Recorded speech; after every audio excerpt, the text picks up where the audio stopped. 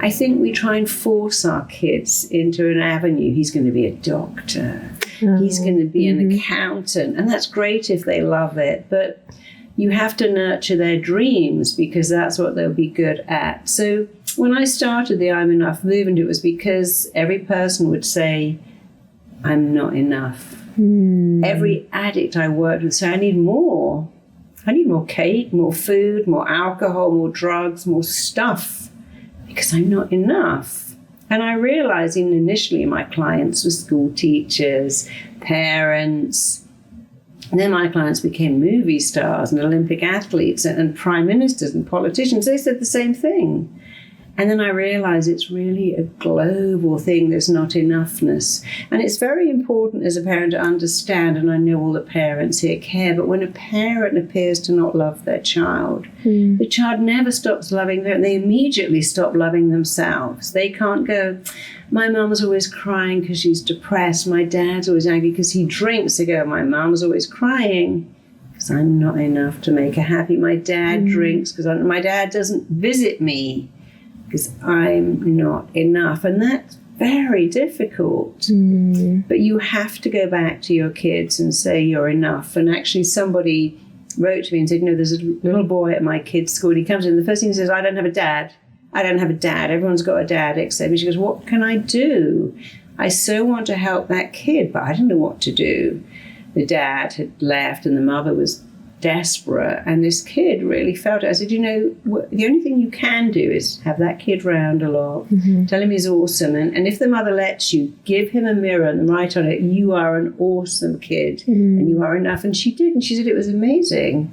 He saw that every day and began to realize that he was enough because he picked up the right message. And then many years ago, this 17-year-old kid came into my office, and he's probably the angriest kid. And he said to me something I never forgot. He said, if you get this wrong, I'm going to sue you and take your house. I'm like, wow, that's an interesting way to start a session. So I said, oh, you're a hurt kid, because behind all anger is hurt. Angry kids are hurt kids. And I said, you're a hurt kid. Tell me what hurt you. And he said, well, 17-year-olds don't tell you whatever. Don't know. I said, no. But if you did know, he said, well, his parents were Indian, funny enough. He said, my parents had me when they were very young, 17, his age, and they gave me to my grandparents.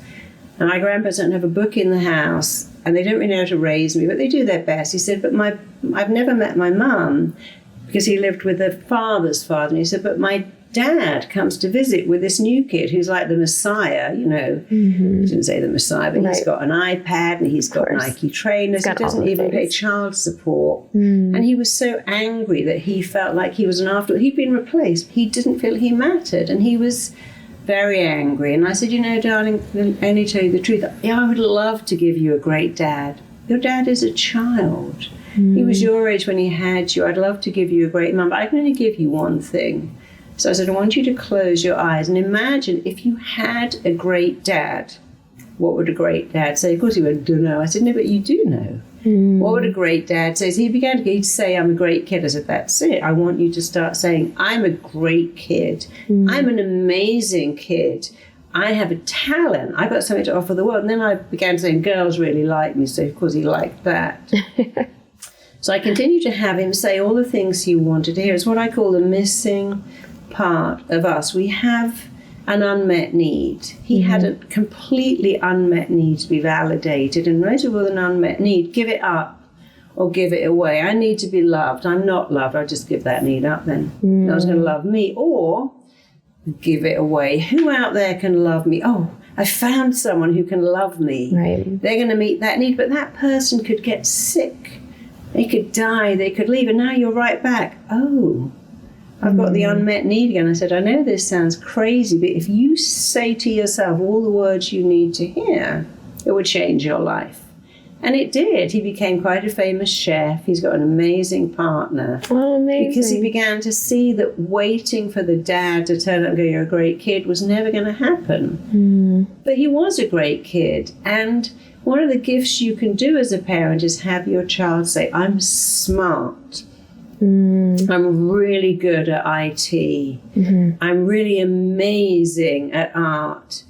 I'm interesting. People like me. And if every parent every day had their kids say 4 things, I'm significant, I matter, I'm enough, and I'm lovable. Oof. It would change everything. It would change bullying, because no kid wakes up and goes, oh, my life's great. Who can I bully today? It's like hurt people, hurt people, and diminish people, because they feel so inadequate that they need you to feel inadequate too. And I want to stop you right there, because you just said something so pivotal. It's almost even for the shout out to the women out there who don't have kids yet.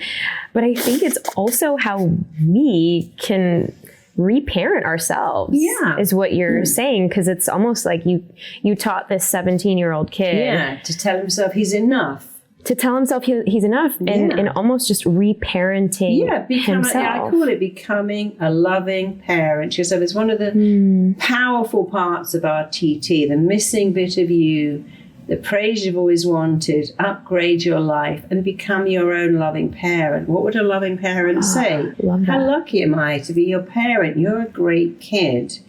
And when you say it to yourself, it's amazing, because it stops you being needy. And of course, if you say, hey, I'm lovable, I deserve love, if you say it enough, you take it in, and then you meet people who pick up what you mostly believe about. If you say, well, no one loves me, I always get done, nothing works out, that's the energy you resonate at. And of course, the most important words you'll ever hear are the words you say to yourself.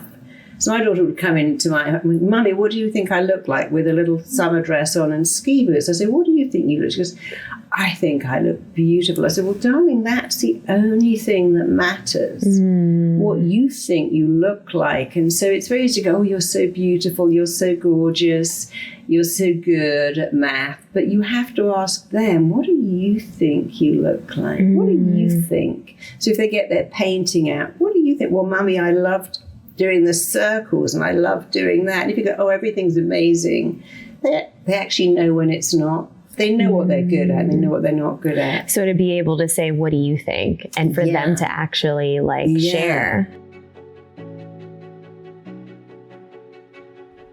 See you next time at the Brave Table.